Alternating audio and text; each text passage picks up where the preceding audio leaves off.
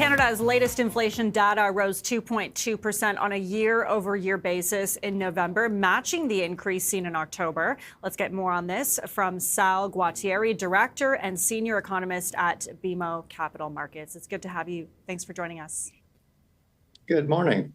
So what do you make of these numbers? You say the results might not be as good as advertised, maybe. Well, they're a little better than expected. So we did see the yearly rate stay at 2.2%. And some of the core measures of inflation did moderate in the month. So that's good news. Now, remember, though, because of the removal of the consumer carbon tax, inflation is probably running about a half percentage point higher than the estimated rate. And that's more in line with what the core measures are suggesting. Kind of fits the Bank of Canada's view that underlying trend in inflation is in the 2.5% range, maybe a little higher than that. And one of the big problems here is grocery store prices running at close to a 5% yearly rate now. That's a 2-year high. Beef costs, coffee, for example, fresh fruit, all are running at a pretty good clip. And then even outside that, if you look at some of the shelter costs, home insurance, property taxes, running around 6% on a yearly basis. So that is adding an element of stickiness to overall inflation.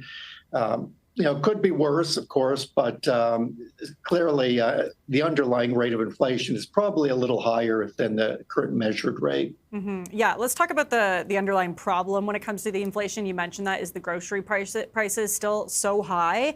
Can you talk about the overall impact that the grocery prices have on the data we're seeing today? Sorry, I didn't hear that last point. Well, the fact that the grocery prices, that's where we're seeing the prices just remaining so high, as you mentioned, at an all-time high in the last 2 years, I believe. Can you talk about just how significant that is to the overall numbers that we're seeing today, just how much that impacts what we're seeing? Yeah, I would say grocery store prices are pretty well the main reason that inflation is remaining still somewhat above the 2% target. Even restaurant cost prices are running at upwards of a 3% rate, but really it is the grocery store prices that are running 4.7% on a yearly basis.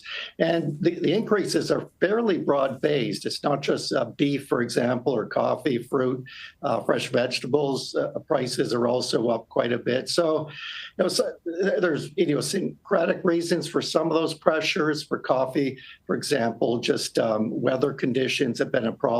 For beef costs, just low cattle inventories have been a problem. But again, the broadness of the food cost increases is a bit of a concern because it means that they're likely to remain pretty sticky for quite some time. Mm-hmm. Now, overall, though, there are other areas, clothing prices, for example, that are still relatively well behaved. Personal care costs, for example, as well.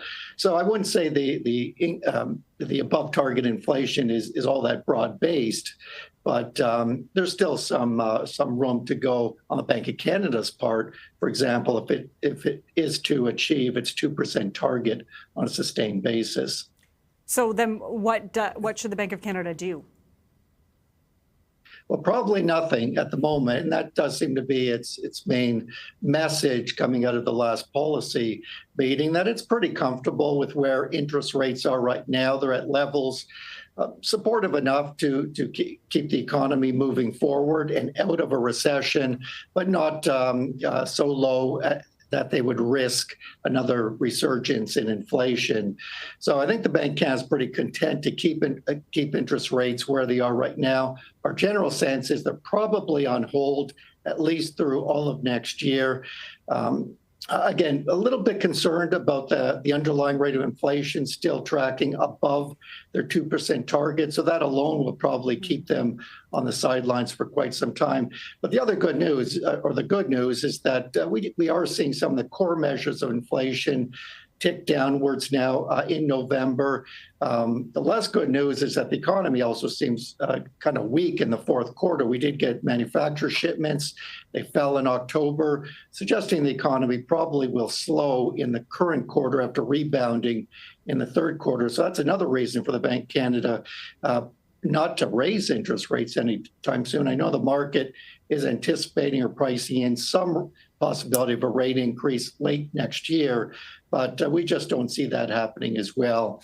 In fact, we'll probably have to clear up a lot of the uncertainty on the trade policy front before the Bank of Canada does switch into a tightening gear. We don't see that happening until 2027. Well, and we heard the governor of the Bank of Canada, Tiff Macklem, say that, right? That he said there's not much else the Bank of Canada can do to help with affordability in this country, and Canada really needs to stabilize when it comes to trade with other countries. Do you agree with that then? Do you think there's really not much else the bank could do anyways?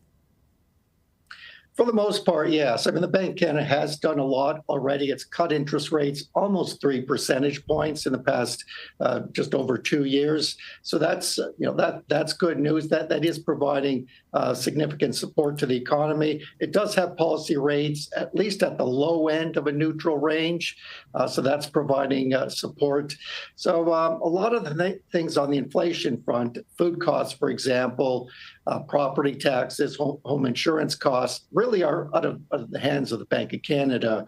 So I think they've got interest rates pretty well at low enough levels that should provide ongoing support to the economy without risking another resurgence in inflation.